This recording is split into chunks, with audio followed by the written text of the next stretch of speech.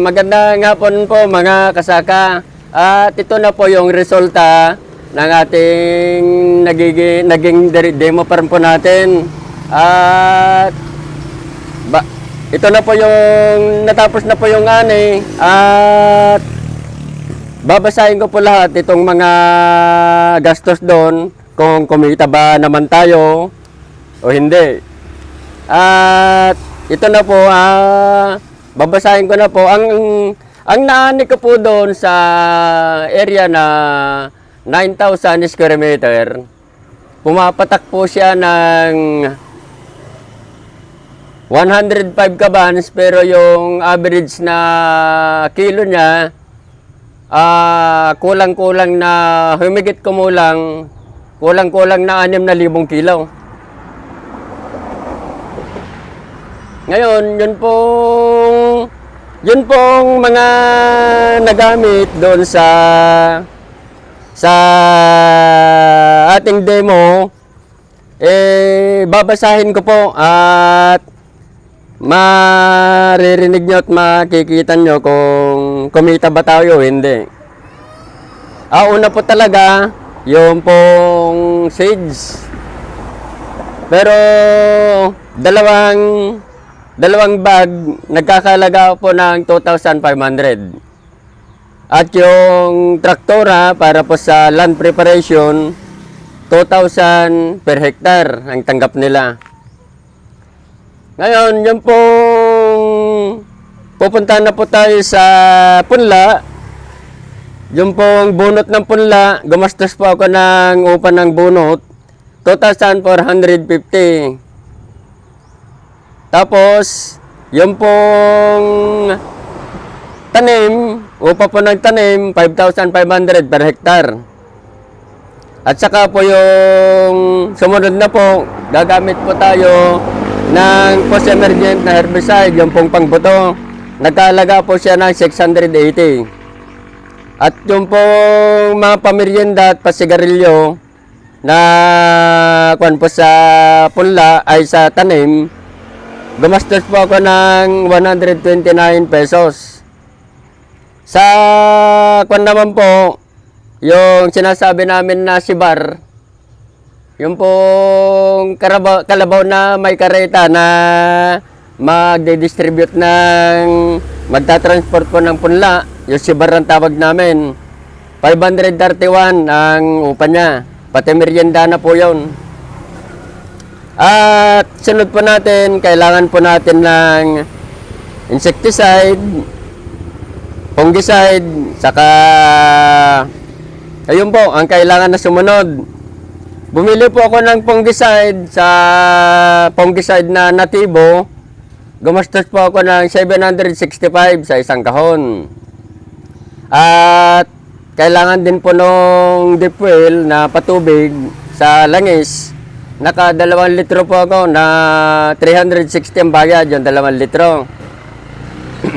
Tapos, nagkailangan pa rin po ako ng suction hose. Yung pong hose na ginagamit po sa open water at hindi po umahon yung tubig ng irigasyon sa bukid ko. Gumagamit po ako ng pumping at kailangan siya ng hose. Nagkalaga po siya ng 1,000. Kailangan din po ng pump belt, 270 pesos. At saka yung crudo, gumastos po ako ng lahat-lahat na magmula po ng punla hanggang sa hanggang sa bago ako umani, yung huling pagpapatubig, 4,860 sa crudo. Ito na po yung nagamit din po na kailangan sa palay, yung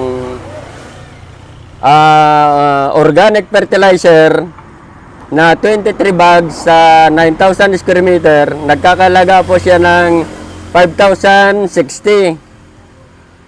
At kailangan din po na kahit na may mga organic fertilizer na nagamit tayo, kailangan din po natin yung chemical fertilizer.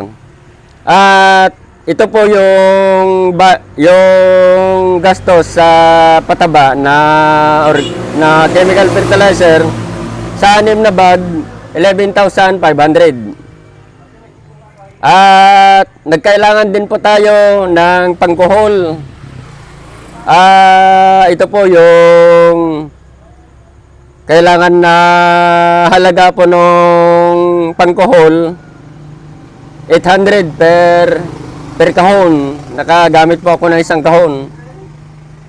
At yung insecticide po na Bulldog, half quarts po, 415. At yung pong isa pang insecticide na half quarts din, 350, yung Vistakill. At saka isa pa ring insecticide na half quarts din, pinagkalaga na 300. At nung sumasapaw na po at talagang kailangan po talaga ng gamot din na lason para po sa rice bag, yung dangaw, tiyangaw, ika. Nagkakalaga siya ng 300 yung half quarts. Kailangan din po ako na nakagamit din po ako ng pain, yung pong daga. Kasi hindi po natin talaga maiwasan na mayroon yung daga na sisira sa mga palayan. Gamit po ako ng 3 sakit na nagkakalaga ng 60 pesos. At karagdagan pa rin po na organic fertilizer, yung pong ammonium chloride na 2500, 1,150 isang bag. Kaya yung pong nagamit na chemical fertilizer po sa 9,000 square meter, 6 na bag na pataba. At nagkakalaga po lahat yun ng lahat po nung nabanggit ko na nagamit sa bukid. Nagkakalaga po ngayon ng 36,260 pesos. Tumani na po tayo. Dagdag gastos pa rin po yung harvester, yung pong river. Ang upa niya, 10,000. At saka yung karyada po na maghahakot ng mga kaban ng palay na kalabaw at kariton.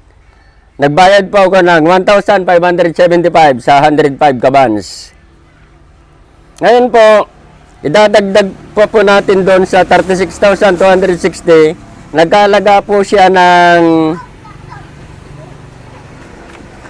54,095 pesos. Magmula po sa organic hanggang sa pataba, hanggang sa mga lason na ginagamit, hanggang sa pangdaga, harvester, karyada. Ito po yung mga nagastos sa nagamit nitong wheat season. 54,095 pesos. Ngayon, yung pong napagbintahan nung pong palay na naani, ang kabayaran po ng bayad sa 1980 per kilo na triple to, 112,018 pesos ang bayad doon sa 105 kabans.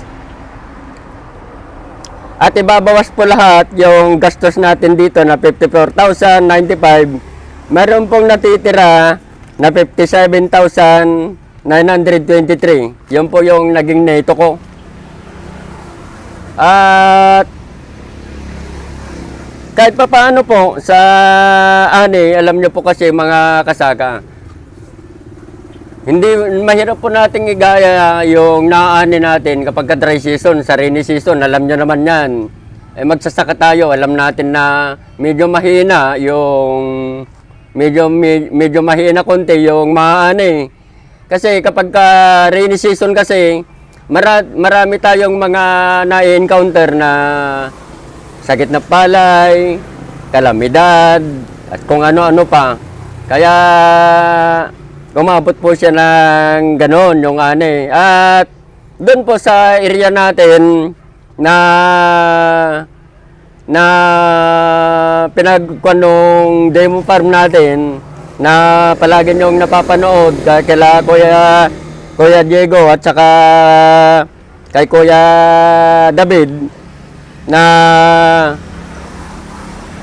ako lang yung talagang nagtatap nurture sa ani doon, rainy season and wet season ay dry season. Ako lang po yung nagtatap nurture ng ani doon. Ngayon, ito pong mga nabanggit ko na ito, open po sa inyo kapag kung ano po yung comment o kaya mga katanungan,